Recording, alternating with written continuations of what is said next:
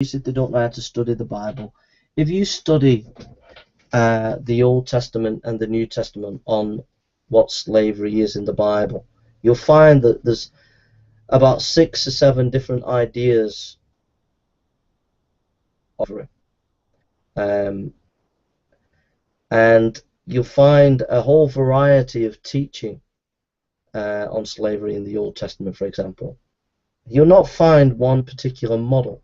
You'll not find buy a slave, keep them for life, beat them, and that's it.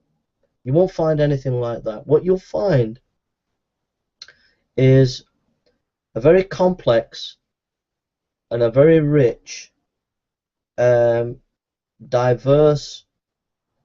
rules and regulations about having what I would call servants. These people were not slaves as we think they're slaves. These people had rights.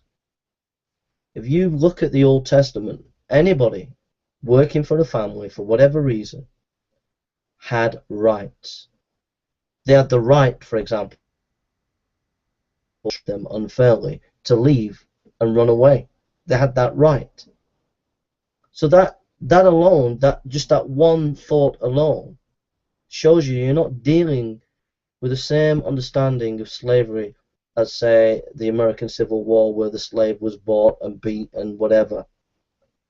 It is a completely different understanding in what the Bible's teaching. And the atheist will say, oh, no, it's slavery, but do your exegesis. Go and get a Bible, go and look at the commentaries, go and study what the Old Testament says as a whole, and you'll be quite surprised and amazed, because the people who were taken into families for whatever reason, they had rights.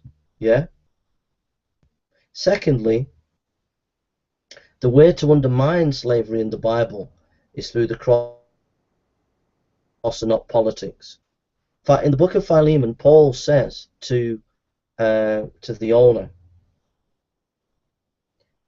of the slave, when he sends him, when Paul sends him back, he says, treat him like you would treat me. So slavery is undermined by Christianity getting to treat the individual as you would be treated. The way Christ dealt with us, he sacrificed himself for us. So whether you're a slave or whether you're a slave owner, you are to sacrifice yourself for the other person, to care for the other person. So Paul undermined slavery in the ancient Roman world by trying to get the slave owner to see the need to love the slave as himself, and the slave love the owner as the self. And if that's by de facto, no slavery. So that's how the New Testament undermines slavery, not by politics, but by the cross. Yeah. So in the Old Testament, there's a variety of understandings of what slavery is. It's not the same kind of slavery as we associate it with. That's what the exegesis is, the biblical exegesis. I would encourage you to go and do that. Albert Barnes, on his book Slavery, will give you an open window into how to study the Bible on this. Dr. Peter Williams will give you the academic tools to do this, and the Christian think tank will give you the cultural and sociological information to do this. Okay. The second thing we need to think about is the atheists, the skeptics. What surprises me concerning, they're not only atrocious in hermeneutics. 99.9% of them have no training in hermeneutics, by the way. None of them have any training.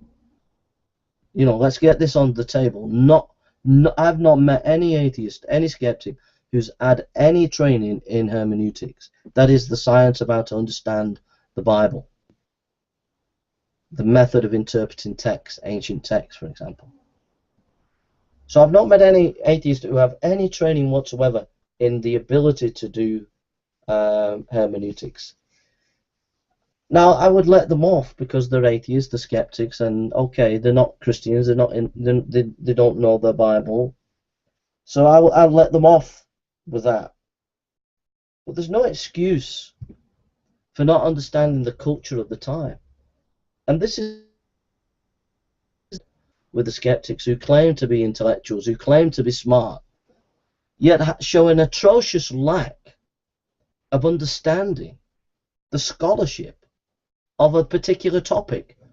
And in this topic, they don't know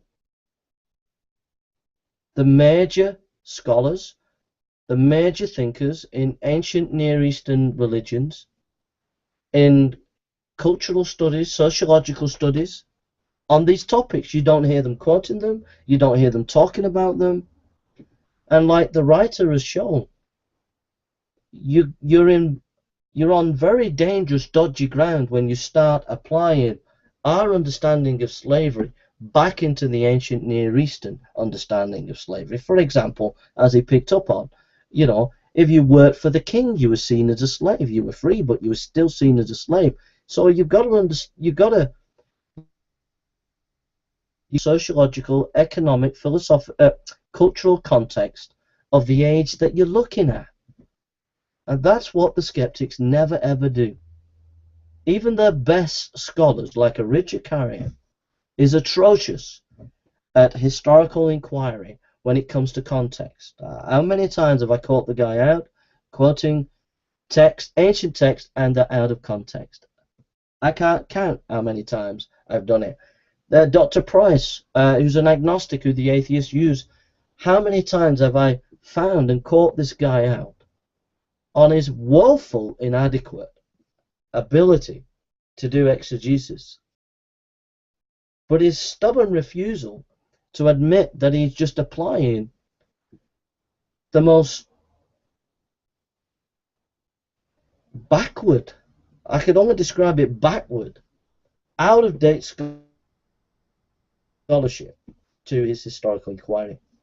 So no, honestly, remember to do your exegesis. Remember to study the Bible in its context. Go and get a Bible, go and get the study tools, and go and study slavery as it's taught in the Bible. And you will be amazed at what you find. It will not be what the atheists are telling you. If you look at the Hebrew, look at the biblical context, etc., the same for the New Testament. Then when you've done that, go and have a read of the experts, the scholars around these topics.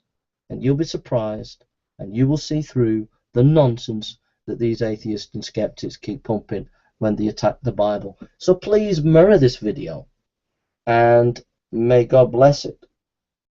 And may you be blessed today. God bless. Thank you for listening. So when I hear an atheist say, "Oh, the slavery in the Bible," to